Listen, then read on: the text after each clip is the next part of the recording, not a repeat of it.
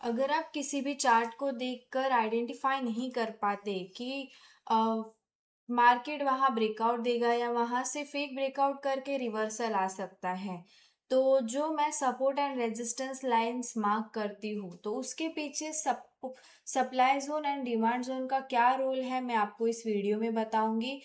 और सबसे इम्पोर्टेंट बात कि ये वीडियो के एंड तक आपको क्लियर हो जाएगा कि सपोर्ट एंड रेजिस्टेंस एक्चुअली कैसे मार्क करते हैं और इसका क्या रोल है और इसे क्यों यूज करते हैं। ठीक है, तो चलिए आज स्टार्ट करते हैं।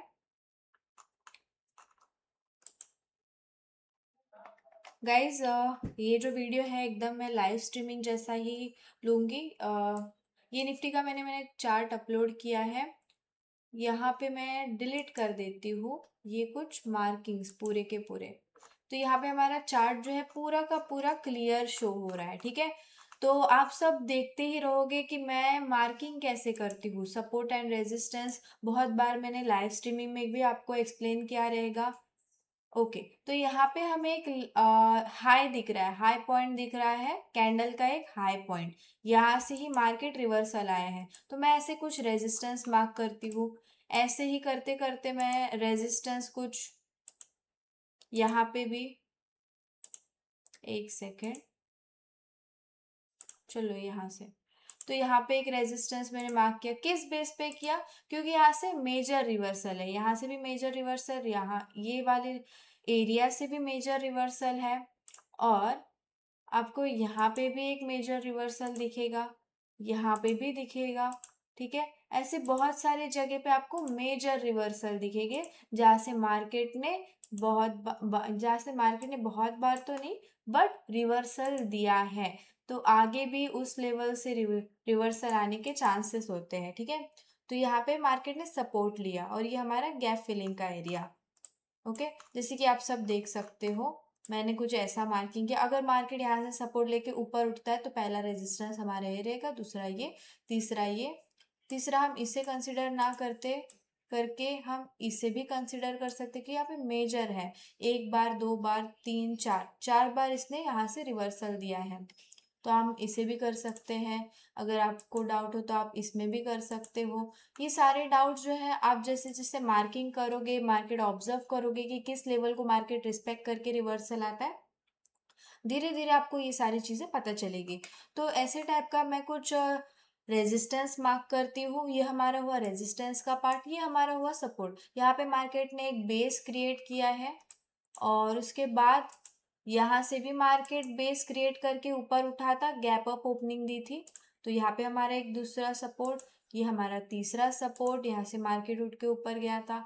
ये गैप फिलिंग हमारा चौथा सपोर्ट, मतलब अगर मार्केट यहाँ से नीचे गिर रहा है, गैप फिल करके बाउंस बैक होके रिवर्सल होने के चांसेस है, और ये हमारा लास्ट सपोर्ट। ठीक है, तो ये लाइंस तो मैं लाइव स्ट्रीमिंग में मार्किंग करती ही हूँ, बहुत बार मैंने आप सबको बताया भी रहेगा।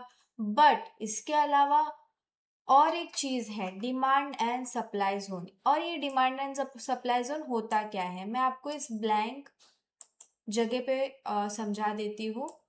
ये एक जोन में मार्किंग कर लेती हूँ,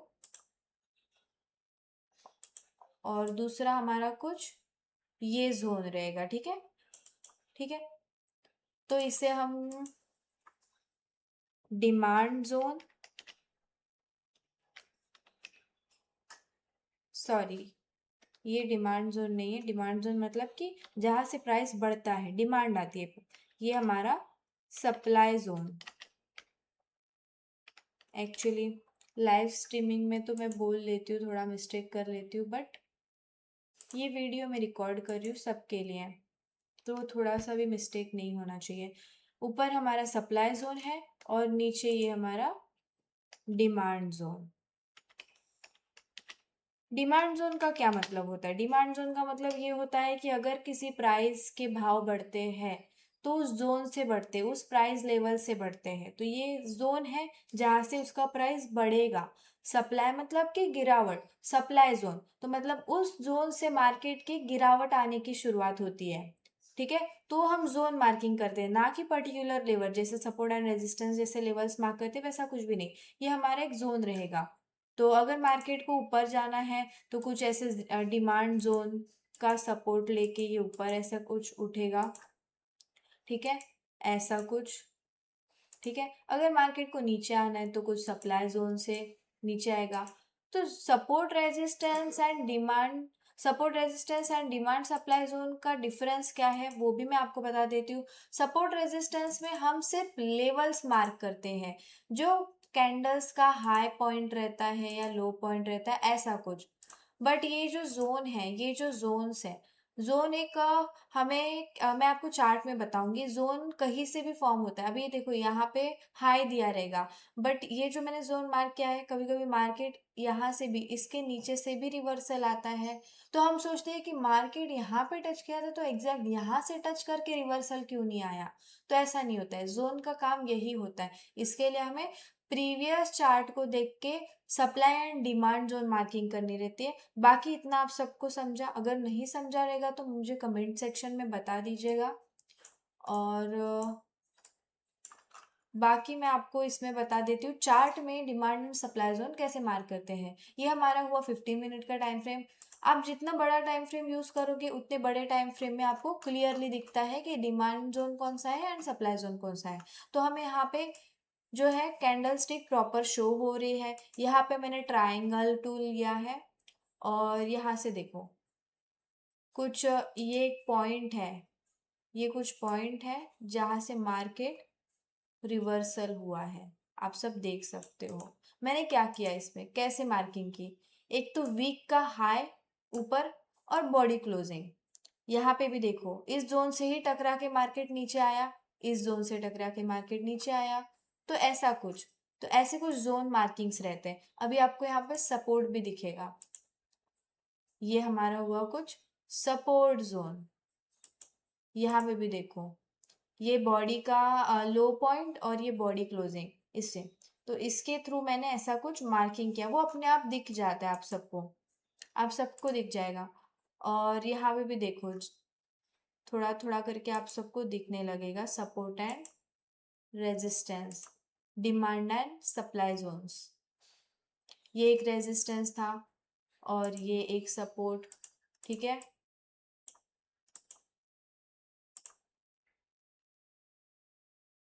और ये गैप फिलिंग वाला देखो, मार्केट यहाँ से गैप डाउन आया बट यहाँ तक आया, बट ये गैप फिलिंग नहीं किया देखो। तो इस प्रीमियम ने मतलब इस कैंडल ने किया है, ठीक है, इस दिन के कैंडल ने देखो।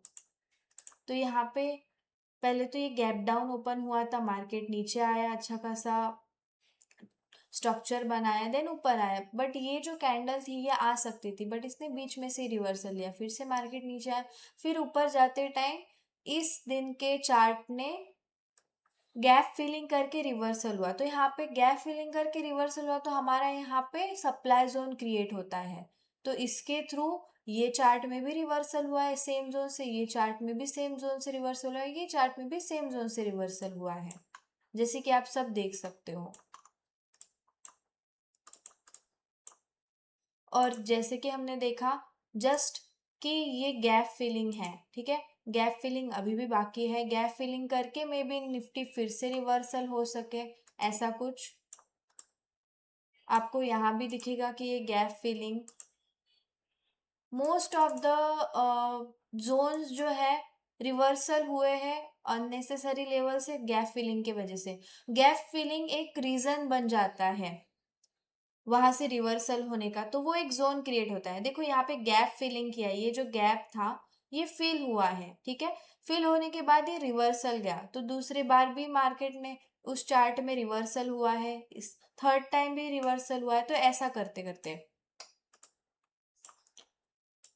गाइज अगर आपको कुछ भी नहीं समझेगा प्लीज मुझे कमेंट सेक्शन में बता देना, क्योंकि लॉन्ग वीडियो एक साथ बताना वो थोड़ा मेरे लिए डिफिकल्ट हो रहा है, तो फिर भी आप मुझे कोऑपरेट करो।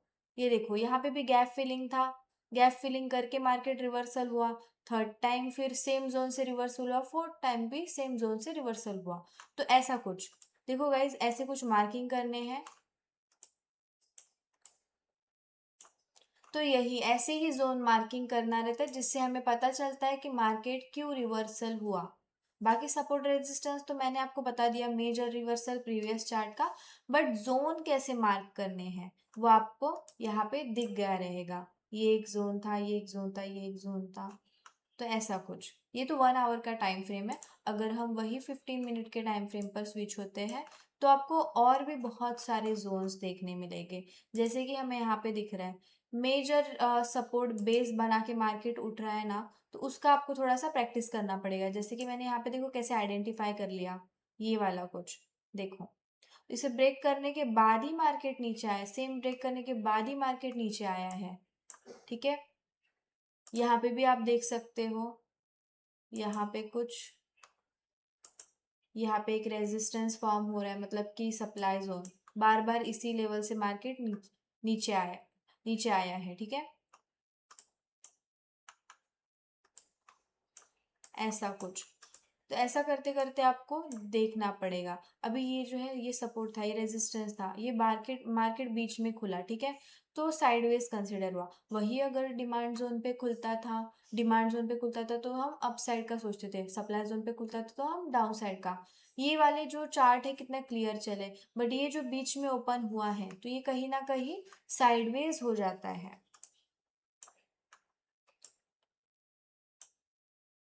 यहाँ पे भी हमें एक जोन दिख रहा है। बस हमें देखना है कि लेवल जो है, चार्ट का लेवल मैच होना चाहिए एक साथ, तो वो एक हमारा जोन बन जाता है। ऐसा कुछ यहाँ पे ये रेजिस्टेंस बन रहा है हमारा। ठीक है, यहाँ से रेजिस्टेंस से रिवर्स चला, रेजिस्टेंस ब्रेक हुआ तो मार्केट ऊपर गया, तो फिर इसने एक नया सपोर्ट क्रिएट किया है। ठीक है, ऐसा कुछ। सो गाइस, ऐसे ही कुछ आपको मार्किंग करनी है। यहाँ पे भी हमें एक support resistance supply zone show हो रहा है। तो ऐसा कुछ बहुत सिंपल है। बाकी अगर आपको कोई भी डाउट आए तो मैं इस पे नेक्स्ट वीडियो भी बनाऊंगी और क्लियर। ये तो मैंने बस आपकी डिमांड की वजह से बनाया है। सो मुझे बताओ इसमें क्या क्या करेक्शन होना चाहिए।